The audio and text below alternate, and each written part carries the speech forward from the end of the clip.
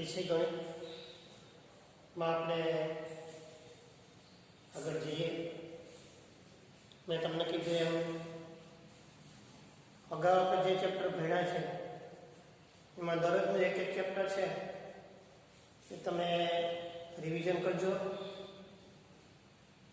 એકનો થાય તો અડધું ચેપ્ટર, પણ આપણે અત્યારે 1 થી 9 ચેપ્ટર ભણ્યા, એક સંભાવનાનું.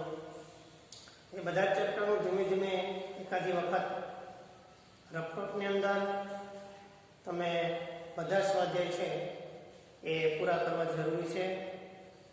અને જે સ્વાધ્યાય ચાલુ હોય એનો થિયરિકલ પોર્શન, પ્રમેયો, વ્યાખ્યાઓ અને પૂર્વધારણા પેપર હોય તો એ પણ તમારા મગજની અંદર હોવી જોઈએ. દાખલો ગણતી વખતે જે સૂત્રનો ઉપયોગ કરવાનો છે એ સૂત્ર પણ આપણે ખબર હોવી જોઈએ.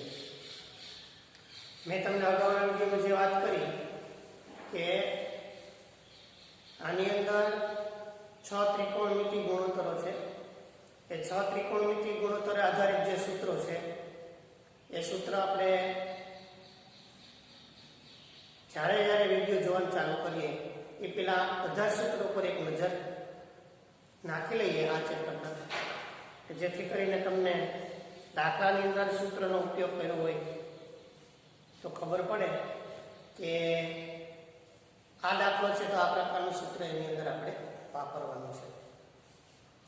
હવે આપણે 8.4 ની અંદર મહત્વના દાખલા ઉપર જઈએ કે જે ત્રિકોણમિતિની અંદર સાબિતીવાળા દાખલાઓ જે છે એ આપણે ખાસ ભણવાના છે. અને એમાં ખાસ સમજવાનું છે જે દાખલાની રકમ છે એ રકમ ઉપરથી આપણે કઈ રીતે આગળ જવાનું, કઈ રીતે સૂત્ર એની અંદર એપ્લાય કરવાનું છે એ આપણે ખબર હોવી જોઈએ.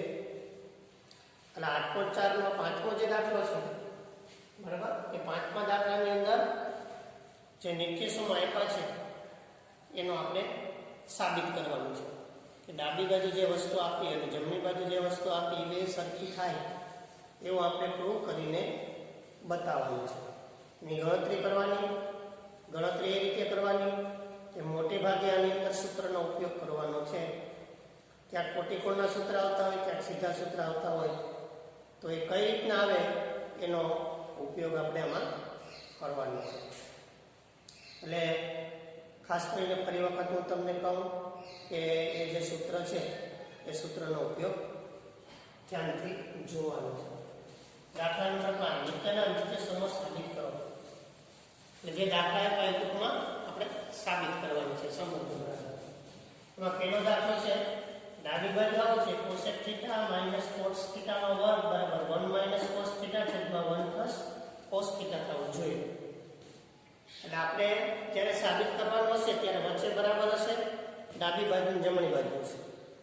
આપણે મોટે ભાગે ડાબી બાજુ લઈને જમણી બાજુ સાબિત કરીએ છીએ મોટા ભાગના દાખલા. તમને એમ થાય કે આપણે જમણી બાજુ લઈને ડાબી બાજુ સાબિત કરવી તો પણ કરી શકાય. તો આપણે સાદું રૂપ છે એ આપણે જમણી બાજુથી શરૂ કરી અને ડાબી તરફ જવાનું હોય. એટલે હવે આપણે શું કરશું, આમાં મોટા ભાગના દાખલાઓની અંદર આપણે ડાબી બાજુ લેશું, એનું સાદુરૂપ આપી અને જમણી બાજુ છે એ આવી જાય એવી આપણે કોશિશ કરવાની છે. ફરી વખત રકમ ઉપર નજર કરીએ આપણે. સ્વાધ્યાય 8.4 નો દાખલા નંબર 5 નો પહેલો દાખલો છે કે cosec θ - cos θ નો સ્ક્વેર એ ડાબી બાજુ છે, તો જમણી બાજુ શું છે તો 1 - cos θ છેદમાં 1 + cos θ થવું છે. એટલે આપણે શું કરવાનું છે તો કે cosec θ - cos θ નો સ્ક્વેર છે એનું સાદુરૂપ આપી અને જવાબ આપણે શું લઈ આવવાનો છે 1 - cos θ છેદમાં 1 + cos θ એનો જવાબ આપણે લઈ આવવાનો છે. સમજો બરાબર. એટલે આમ આપણે હવે આ દાખલાની અંદર આપણે સાબિત કરવાની કોશિશ કરીએ. એટલે સાબિત કરવા માટે આપણે પહેલા હવે ડાબી બાજુ લઈશું. મેં તમને હમણાં કીધું એમ ડાબી બાજુ લઈને આપણે સાબિત કરવાની કોશિશ કરીએ. ડાબી બાજુમાં શું છે cos θ - cos θ નો વર્ગ છે.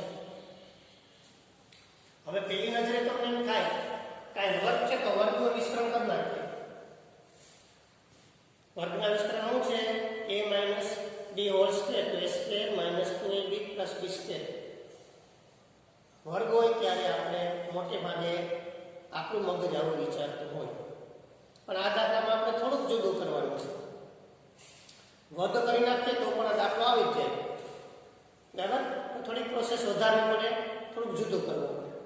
એના બદલે આપણે શું કરશું કે જે ત્રિકોણમિતિ ગુણોત્તર છે એનું બીજા ત્રિકોણમિતિ ગુણોત્તરની અંદર આપણે જેમ પહેલાનો બીજો દાખલો જોયા એમાં અમુક ત્રિકોણમિતિ ગુણોત્તરનું અમુક ત્રિકોણમિતિ ગુણોત્તરમાં રૂપાંતર કરવાનું. એ આધારે સૂત્રને આધારે આ જે ત્રિકોણમિતિ ગુણોત્તર છે એનું પહેલા આપણે રૂપાંતર કરવાનું છે. રૂપાંતર એટલે શું? તો કે સાઈનનું કોસ થઈ શકે, કોસનું સાઈન ક્યારે થઈ શકે? સેકનું સેક હોય તો એનું કોસેક થાય, કોસેક હોય તો સેક થાય, બરાબર. સાઈન હોય તો કોસેક થાય, એમ કોટ હોય તો ટેન થાય, ટેન હોય તો કોટ થાય. એવું બધું થઈ શકે જે આપણે ટેક્સ્ટ બુકની અંદર અને મેં તમને અગાઉ આ ચેપ્ટર ચાલુ કર્યું ત્યારે જે સૂત્રની વાત કરી એ સૂત્રના આધારે આવા દાખલાઓ છે એ આપણે ગણવાના છે. સમજો બરાબર. અને કોસેક થીટા તો એની જગ્યાએ 1 ઉપર sin થીટા લખી શકાય, સૂત્ર છે. માઈનસ કોટ થીટા એટલે કોસ થીટા છેદમાં sin થીટા લખી શકાય. આ વર્ગનું શું કર્યું આપણે? પહેલા આપણે કોસેક થીટા છે એની જગ્યાએ 1 ના છેદમાં sin થીટા લખ્યું. માઈનસ ના માઈનસ, કોટ થીટા છે એટલે કોસ થીટા છેદમાં sin થીટા લખ્યું. અને વર્ગ છે એમને મૂકી દીધો આપણે. એટલે આમ આપણે કોસેક થીટા એટલે 1 છેદમાં sin થીટા માઈનસ કોટ થીટા એટલે કોસ થીટા છેદમાં sin થીટા નો વર્ગ કર્યો. હવે આપણે જ્યાં વર્ગ કર્યો એ એમને રહેવા દેવાનું છે. વર્ગનો વિસ્તરણ નથી કરવાનું, ધ્યાન રાખજો. હવે આપણે છેદની અંદર 2 ના છેદમાં sin થીટા છે. અહીંથી 1 ઉપર sin થીટા માઈનસ i છે cos થીટા sin થીટા. એટલે આ દાખલાની અંદર કૌંસમાં બે પદ છે, બે પદની અંદર sin થીટા છેદમાં છે. એટલે આ સંખ્યા આપણે પ્રાથમિક શાળા આધારિત એવું કહીએ તો સમછેદી સંખ્યા છે અને સમછેદી સંખ્યાની આપણે બાદબાકી કરવાની છે. સમછેદી સંખ્યા હોય તો છેદ હોય છેદમાં મૂકી દેવાનું છે. બેમાં છેદ સરખો છે એટલે અંશમાં ગુણવાના નથી, એટલે 1 નો 1 માઈનસ ના માઈનસ cos થીટા ના cos થીટા સમજો. એટલે બેના છેદની અંદર જે sin થીટા હતી એ sin થીટા આપણે એમને મૂકી દીધા. એટલે ઉપર આયા એમને માઈનસ ના cos થીટા અને વર્ગ આપણે એમને રાખવાનો છે. એટલે કે 1 માઈનસ cos થીટા છેદમાં sin થીટા નો વર્ગ આપણે મૂક્યો. એટલે હવે આપણે આ વર્ગ છે કૌંસની અંદર અંશ ને છેદ છે, કૌંસમાં અંશ ને છેદ છે તેનો વર્ગ છે. તો આ વર્ગ છે અંશ ને છેદમાં બેમાં આપણે મૂકી શકીએ. આપણે ઘાતાંકના નિયમો શીખી ગયા. a upon b raise to m હોય તો શું થાય? a રેસ ટુ m છેદમાં b રેસ ટુ m થાય. એટલે આપણે આ વર્ગ છે એને અંશ ને છેદમાં બેમાં મૂક્યો. એટલે 1 માઈનસ cos થીટા નો વર્ગ છેદમાં sin થીટા છે એનો વર્ગ એટલે sin સ્ક્વેર થીટા થઈ ગઈ. શું કીધું આપણે કે a upon b ની m ઘાત હોય તો a ની પણ m ઘાત થાય છેદમાં b ની પણ m થાય. તો આ b નો વર્ગ છે તો ઉપર છે 1 માઈનસ cos થીટા એનો વર્ગ થાય છેદમાં sin થીટા એનો વર્ગ એટલે sin સ્ક્વેર થીટા થાય. તો sin થીટા નો વર્ગ આપણે sin થીટા કરીને વર્ગ નથી કરતા, ધ્યાન રાખજો. એમાં આપણે sin સ્ક્વેર થીટા એવું આપણે લખીએ છીએ. અને આમ આપણે હવે શું કર્યું? અંશની અંદર શું આવ્યું? 1 માઈનસ cos થીટા નો વર્ગ છેદમાં sin સ્ક્વેર થીટા આવ્યું. આ 1 માઈનસ cos થીટા છે એના વર્ગનું વિસ્તરણ આપણે કરવાનું છે. સમજો બરાબર. આપણે સૂત્ર છે મેં હમણાં તમને સમજાવ્યું. 1 માઈનસ b હોલ સ્ક્વેર હોય તો a square minus 2b plus b square એનું વિસ્તરણ છે. એ પ્રમાણે આપણે 1 માઈનસ cos થીટા નું વિસ્તરણ વર્ગનું વિસ્તરણ કરવાનું. 1 માઈનસ cos થીટા ના વર્ગનું વિસ્તરણ a1 એની જગ્યાએ 1 નો વર્ગ 1 બરાબર.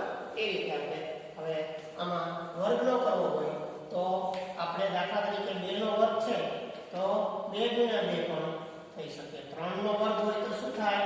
3 ગુણ્યા 3 થઈ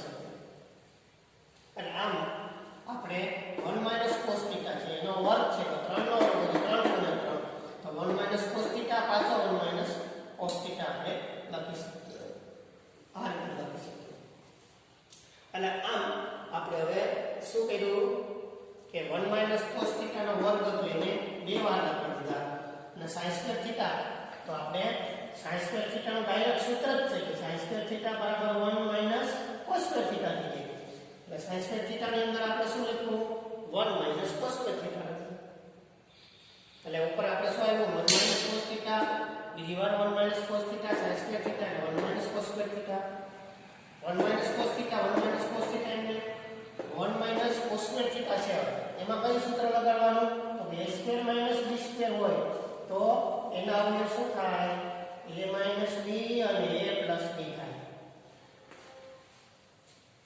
એ પ્રમાણે આપણે 1 - cos² θ ની જગ્યાએ શું લખ્યું 1 - cos θ અને 1 + cos θ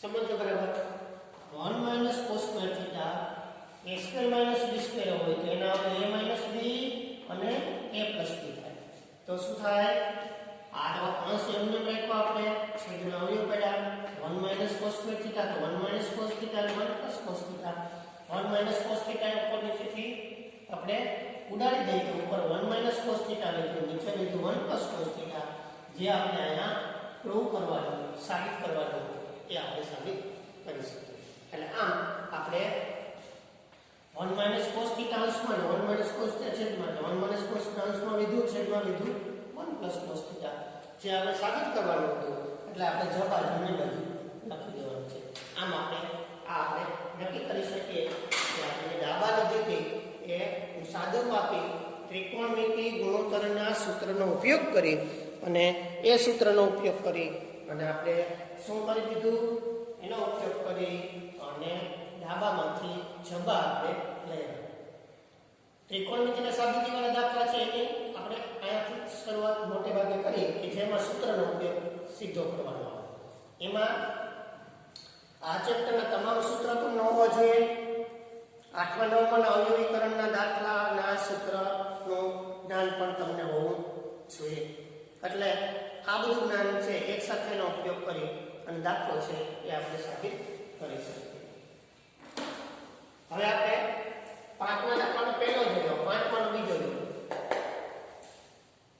ને રકમ સમજો બરાબર cos a છેદમાં 1 + sin a વત્તા 1 + sin a છેદમાં cos a બરાબર 2 છે તે સાબિત કરવાનું એટલે આપણે આ પણ નિત્ય સમ છે વચ્ચે બરાબર છે એટલે આ નિત્ય સમ છે અહીંયા બરાબર છે અહીંથી આ ડાબી બાજુ કહેવાય અહીંથી આ જમણી બાજુ સમજો બરાબર ડાબી બાજુમાં શું આપેલું તો કે cos a છેદમાં 1 + sin a વત્તા 1 + sin a છેદમાં cos a એ આપણે ડાબી બાજુ તરીકે લીધું શું લીધું cos a છેદમાં 1 + sin a + 1 + sin a છેદમાં cos a અહીંયા આપણે કેમ લસા લીધો તો sin તો આ છેદમાં શું છે 1 + sin a અહીં cos a બેયનો છેદ અલગ છે એટલે પ્રાથમિક શાળા પ્રમાણે આ વિષમછેદી સંખ્યા કહેવાય ને વિષમછેદી સંખ્યા હોય તો એનો લસા લેવો પડે લસા આપણે આંકડા હોય તો લસા કાઢી લઈએ આમાં આંકડા નથી બે અલગ અલગ સંખ્યા છે એટલે બે લસા લેવા એટલે 1 + sin a આવે અને cos a પણ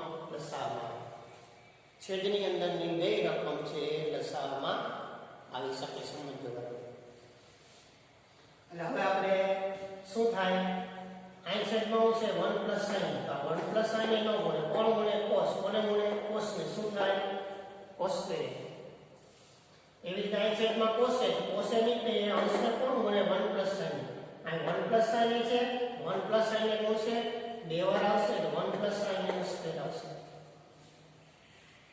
એટલે 1 + sin a નો સ્ક્વેર આવ્યો અહીં શું આવ્યું cos સ્ક્વેર આવ્યા પ્લસ અહીં શું આવ્યું 1 + sin સ્ક્વેર 1 + sin a નો હોલ સ્ક્વેર આવ્યો તો છેદ તો આ બે છે એમને લેવા દેવાનું હવે આ cos સ્ક્વેર એમને અહીં વર્ગનો વિસ્તરણ મેં તમને આપણે સમજાવી આગળ a + b નો વર્ગ હોય તો શું થાય 1 + sin a નો વર્ગ કરો એટલે શું થાય 1 નો વર્ગ 1 બરાબર આ 1 નો વર્ગ 1 બે ગુણ્યા પેલો બીજો બીજા પદનો વર્ગ એટલે 1 + 2 sin a + sin square a જે છે એ કોનું વિસ્તરણ આવ્યું સમજો આપણે 1 + sin a છે એના વર્ગનું વિસ્તરણ આવ્યું એટલે એના વર્ગનું વિસ્તરણ જોઈતું એટલે સૂત્ર જોતું હોય તો સૂત્ર આપવાનું a + b હોલ સ્ક્વેર હોય તો શું થાય a² + 2ab + b² થાય એટલે કે પહેલા પદનો વર્ગ, પહેલું પદ 1 છે 1 નો વર્ગ 1, પછી 2 ગુણ્યા પહેલું બીજું એટલે 2 મૂકા,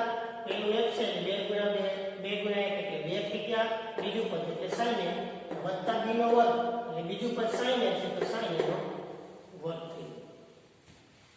અને આ આપણે 8મા ધોરણ પ્રમાણે વિસ્તરણનો જે ચક્ર હતો 8મા ધોરણમાં એનો આપણે અહીંયા ઉપયોગ કર્યો. એટલે આપણે 1 sin a નો સ્ક્વેર હતો એની જગ્યાએ 1 2 sin a sin સ્ક્વેર. હવે cos સ્ક્વેર વત્તા sin સ્ક્વેર તો 1 થાય, સૂત્ર જ છે આપણે. એટલે કે sin સ્ક્વેર વત્તા cos સ્ક્વેર એની જગ્યાએ 1, આ 1 એમને, આ 2 sin a એમને, sin એમને. ક્યાંથી આવ્યું તો કે sin square plus cos square પેલા તો 1 થયા, આ 1 એમને પ્લસ 2 sin a એમને. અને છેદ તો આપણે એમને મૂકી દેવાનું છે. હવે 1 + 1 એટલે 2 થાય, આ 2 અને આ 2 sin a ની આગળ છે એટલે એમાંથી બેમાંથી 2 કોમન કાઢ્યા. એટલે આ બેમાંથી 2 કોમન કાઢ્યા એટલે એક વધે, 2 કોમન નીકળી ગયા એટલે sin a વધે, છેદ આપણે એમને મૂકી દેવાનું છે. એટલે હવે આપણે અંશની અંદરથી શું કર્યું આપણે તો કે અંશની અંદરથી 2 કોમન કાઢ્યા. બરાબર, અંશમાંથી આપણે 2 કોમન કાઢ્યા. એટલે 1 વધતા એટલે 2 થયા, આ 2 sin a છે, આ 2 છે અને આ 2 sin a બેમાંથી 2 કોમન કાઢ્યા. આ 2 છે, 2 કોમન કાઢો તો 1 વધે, આ 2 કોમન અહીંયા આવી ગયા એટલે અહીંયા sin a વધે. નીચે cos a 1 + sin a, 1 + sin a 1 + sin a અંશનો છેદમાંથી ઉડી જાય એટલે અંશમાં 1 વધે અને નીચે cos a વધે. એટલે 2/cos a એટલે આનું આમ કરવું હોય તો 2 ગુણ્યા 1/cos a થાય. બરાબર, એટલે આપણે શું થાય 2 sec a થઈ જાય. તો જે આપણે સાબિત કરવાની હતી 1/cos a એટલે sec a અને sec a એટલે 1/cos a આગળના દાખલા મૂકવા.